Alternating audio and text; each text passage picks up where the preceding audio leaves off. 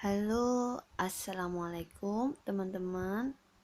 Di sini saya akan menyampaikan sedikit materi yang saya punya, yang sudah saya rangkum sebelumnya, yaitu mengenai sejarah ilmu dakwah. Sebelum memulai langsung ke inti materinya, kita perkenalan diri dulu, yaitu dengan aku, Relatri Kumala, dari jurusan Komunikasi Penyiaran Islam, kelas KPI 1C. Kita mulai dari yang pertama, yaitu mengenai ilmu balaghah sebagai embrio dari ilmu dakwah.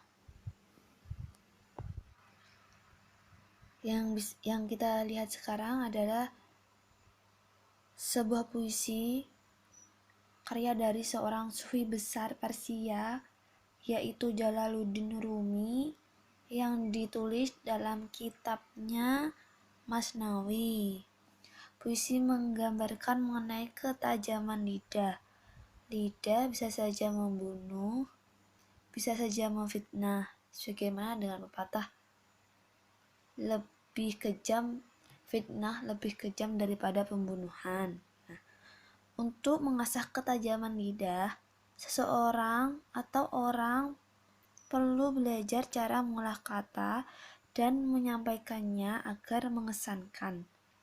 Ilmu balaghah dan retorika termasuk dari beberapa ilmu yang memberikan keterampilan tersebut.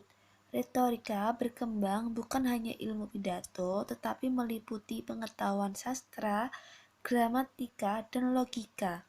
Buku-buku mengenai retorika diminati banyak orang, terutama saat bertanding menjadi orator terbaik. Plato, seorang ahli, menulis retorika dalam bukunya, yaitu Dialog Aristoteles De Arte Rhetorica. Buku Aristoteles yang terkenal ini mendorong para ulama untuk mempelajarinya. Hasil kajian para ulama ini melahirkan disiplin ilmu balaghah. Ilmu balaghah dikembangkan oleh para ulama kontemporer. Jadi, apakah ilmu balaghah itu sendiri? Ilmu balaghah ialah ilmu mengenai tabligh, yakni bagaimana pendakwah menyampaikan ajaran Islam yang mudah dipahami oleh si mitra dakwah atau jamaahnya. Ilmu balaghah sendiri memuat 3 disiplin ilmu, di antaranya yang pertama, ilmu al-ma'ani atau ilmu tentang cara memberikan pemahaman. Ilmu al-ma'ani ialah ilmu yang mengajarkan cara menyampaikan pesan yang mudah dipahami. Ilmu al-ma'ani dan ilmu komunikasi memiliki kesamaan dan perbedaan. Keduanya bertujuan mencapai komunikasi yang efektif. Sedangkan perbedaannya, ilmu ma'ani ditekankan melalui pengelolaan bahasa, sedangkan ilmu komunikasi dengan media. Yang kedua, ilmu al-bayan atau ilmu tentang memberikan penjelasan. Jika al-ma'ani tentang cara memberikan pemahaman atau pesan dakwah, maka kita harus mempelajari ilmu bayan sebagai penjelas, agar pesan dakwah tidak menyimpang dari topik dan tujuan. Dalam ilmu al-bayan ada 3 cara untuk mengembangkan kalimat, yaitu al-tashbih atau metafora, al-majaz atau sindiran, dan al-kinayah atau kiasan. Dan yang ketiga dari 3 disiplin ilmu balaghah ialah ilmu al-badi atau ilmu tentang cara mengatur keindahan bahasa. Ilmu al-badi, ilmu yang menawarkan beberapa metode untuk membuat keindahan kalimat, ungkapan, maupun pernyataan dari sudut kata dan maknanya.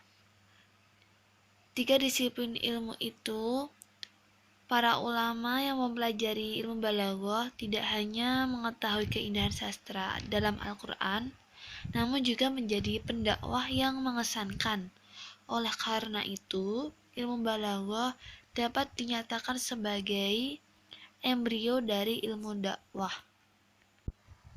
Berlanjut dari subbab selanjutnya, yaitu mengenai dinamika wacana dakwah.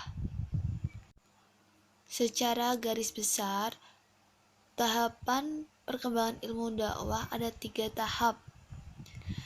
Di antaranya, tahapan yang pertama ialah konvensional. Artinya, dalam pelaksanaannya, dakwah Islam belum berdasar kepada metode-metode ilmiah, tetapi berdasarkan pengalaman orang per orang.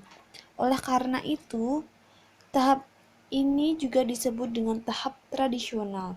Di samping itu, fenomena-fenomena dakwah yang ada pada tahap ini belum tersusun secara rapi. Tahapan yang kedua ialah sistematis. Tahap ini merupakan tahap pertengahan antara tahap konvensional dan tahap berikutnya, yaitu tahap ilmiah.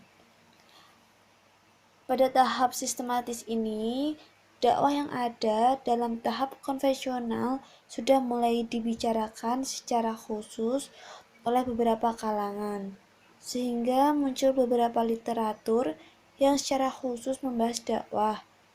Tahap ini juga ditandai dengan adanya perhatian masyarakat yang lebih luas terhadap permasalahan dakwah Islam. Tahapan yang ketiga ialah ilmiah. Pada tahap ini, dakwah telah berhasil tersusun sebagai ilmu pengetahuan dan telah memenuhi beberapa persyaratan, yaitu objektif, metodik, dan universal, serta sistematis. Berkat para jasa para ulama dan para sarjana muslim yang telah mengkaji secara serius, kajian mereka menghasilkan teori-teori dakwah. Dengan teori yang kuat, masyarakat mendirikan sarana dan prasarana pengembangannya melalui institusi perguruan tinggi. Subbab selanjutnya ialah perkembangan dakwah sebagai ilmu. Di sini terampil beberapa bagan, cuma dari pada awal abad 20, pemikiran dakwah mulai dirintis menjadi disiplin ilmu pengetahuan atau sains. Di Indonesia, keberadaan ilmu dakwah tidak lepas dari lembaga pendidikan yang mencetak pendakwah, seperti madrasah, pesantren, dan perguruan tinggi Islam. Sebelum ilmu dakwah menjadi jurusan tersendiri, ilmu dakwah kerap dijadikan tema dalam perdebatan di media massa Islam maupun forum-forum ilmiah.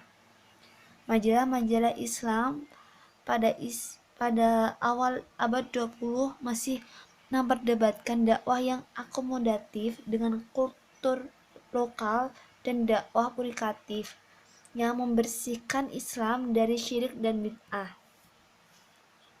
Pada tahun 1967, Dr. Yayan Araniri Aceh dengan didukung oleh Yayasan Pembina Darussalam dan Menteri Kesejahteraan Rakyat mengusulkan status jurusan dakwah menjadi fakultas dakwah.